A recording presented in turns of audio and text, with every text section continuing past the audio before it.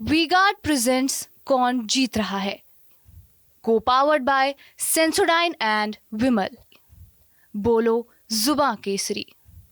उत्तर प्रदेश से लोकसभा चुनाव के परिणाम आ गए हैं और बीजेपी को बहुत ज्यादा नुकसान उत्तर प्रदेश में हुआ है। हमारे साथ बातचीत करने के लिए उत्तर प्रदेश सरकार में स्वतंत्र प्रभार होमगार्ड मंत्री धर्मवीर प्रजापति जी हैं।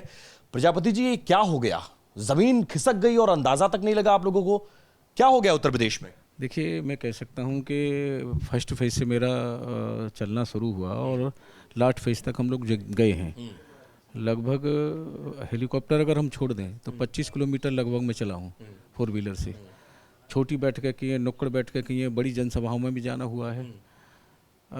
कहीं कहीं व्यक्तिगत जो प्रत्याशी हैं उनसे हमें नाराज़गी देखने को मिली।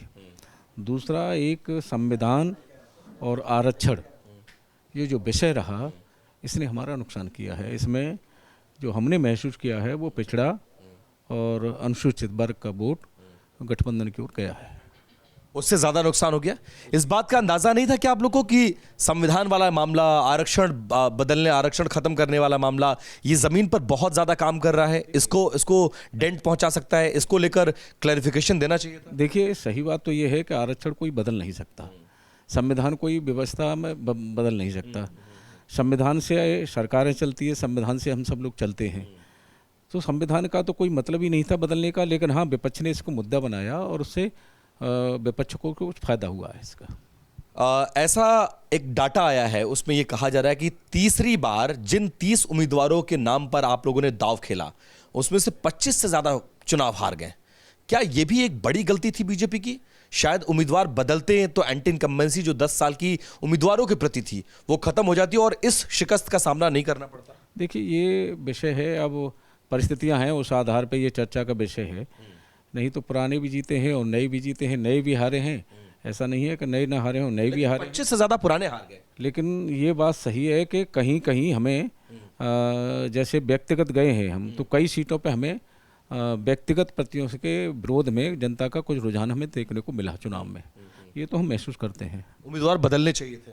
अब ये तो शीर्ष नेतृत्व का निर्णय है, शीर्ष नेतृत्व क्या करता है, और शीर्ष नेतृत्व तो बुद्धिमानी से काम करता है। ऐसा नहीं है कि वो उन्होंने कुछ सोचा ना हो, समझा ना हो। परिस्थितियां हों, जो भी परिस्थितियां रही हों, लेकिन मैं कह सकता हूं कि हाँ, परिणाम उत्तर प्रदेश में हमारे अनुकूल नहीं रहा है। उत्तर प्रदेश सरकार की भूमिका बहुत बड़ी रहती है। 7 साल सरकार हो गए। क्या एंटी गवर्नमेंट, एंटी इनकम्बेंसी जो है वो स्टेट गवर्नमेंट पे बहुत ज्यादा थी?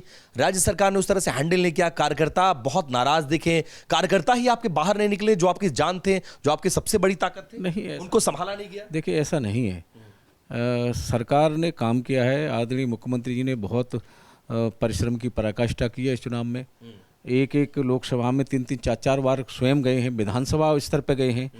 तो इससे ज़्यादा परिश्रम और ज़्यादा हो नहीं सकता। इतना परिश्रम किया है माननीय मुख्यमंत्री जी ने, और कोई भी नेगेटिव चर्चा उत्तर प्रदेश की सरकार की हमें नहीं देखने को मिली। ये सबसे बड़ा फैक्टर जो रहा है वो संविधान वाला और आरक्षण वाला, इसका जो है इससे हमें नुकसान हुआ है। 2 आपके एलाइज संजय निषाद और ओम प्रकाश राजभर, दोनों के बेटे चुनाव हार गए और दोनों बड़े बड़े दावे कर रहे थे, अपनी जातियों का वोट बैंक ट्रांसफर कराने की बात कर रहे थे। और ओम प्रकाश राजभर तो तरह तरह के बयानों के बाद सुर्खियों में आए थे। वो भी एक नुकसान पहुंचा। इस तरह के बयान नहीं देने चाहिए थे। देखिए, बयान तो मैं कह रहा हूँ, जो भी हो, कोई भी हो, बयान तो हमें अपने पद की गरिमा के अनुसार हमें बोलना चाहिए। बयान जो है, अनर्गल बयान में कहता हूँ सभी को बचना चाहिए अनर्गल बयानों से, कोई भी हो। और किसी के प्रति हमें कहीं भी कोई गलत शब्दों का प्रयोग नहीं होना चाहिए। हाँ, ये बात सही है कि दोनों हमारे गठबंधन के, संजय निषाद जी हों और ओम प्रकाश राजभर, दोनों के बेटे हारे हैं। और क्या परिस्थितियाँ ऐसी रहीं कि वो दोनों लोग चुनाव हारे। हालांकि मेरा एक सभा में, 2 सभाओं में, दोनों की लोकसभा में मेरा सभाओं में जाना हुआ था, बड़ी सभाओं में। एक में आदरणीय प्रधानमंत्री मोदी जी के साथ सभा साझा की थी, दूसरी सभा भी मुख्यमंत्री जी के साथ साझा की थी, प्रधानमंत्री के साथ साझा की थी। तो सभाओं में तो पूरी जानकारी हो नहीं पाती। हाँ, नुक्कड़ बैठकों में जानकारी सही सेटिंग मिलती है। नुक्कड़ बैठकों में जहाँ जाना हुआ है वहाँ ये अनुभव मिला के संविधान और आरक्षण, इससे हमें नुकसान हो रहा है। सबसे ज़्यादा इसको क्रेडिट किसको, जब जीत होती है तो सेंटर को क्रेडिट देते हैं, हार का सेहरा किसके सर आप लोग बांधेंगे? देखिए, सभी कार्यकर्ताओं ने परिश्रम किया है। हमारा बूथ की इकाई हो, चाहे सेक्टर की इकाई हो, चाहे मंडल की इकाई हो, चाहे हमारे ज़िले की इकाई, परिश्रम सबने किया है और ये सामूहिक रूप से हम सब लोगों ने मिलकर के काम किया है। परिणाम हमारे पक्ष में नहीं है, तो इस पर हम लोग मंथन भी करेंगे और सोचेंगे भी कहाँ हमारी चूक रही। जो चूक हमारी समझ में आई है उस पर हम लोग विचार करें। अंतिम सवाल चलते चलते ये बता दीजिए, ठाकुरों की नाराजगी एक बहुत बड़ा मुद्दा था, पश्चिम से लेकर पूरब तक, उत्तर से लेकर दक्षिण तक। उत्तर प्रदेश में क्या इस मुद्दे ने डेंट पहुंचाया है और इस पर जो जिम्मेदार लोग थे वो उनको अपने पाले में लाने की कोशिश नहीं की, अपनी जिम्मेदारी को नहीं निभाया? अगर ऐसा होता तो शायद ये चुनाव परिणाम उत्तर प्रदेश में नहीं होता। ऐसा नहीं है, क्षत्रिय समाज ने वोट हमें किया है। आगरा में भी क्योंकि नाराजगी नहीं थी उत्तर प्रदेश में? नहीं, नाराजगी शुरू में महसूस हुई, लेकिन उसके बाद नाराजगी नहीं हुई। शुरू में तो महसूस हुई, लेकिन उसके बाद में सब चर्चा हुई, बैठ के बातचीत हुई, फिर कोई नाराजगी नहीं रही। चलिए, बहुत धन्यवाद बात करने के लिए।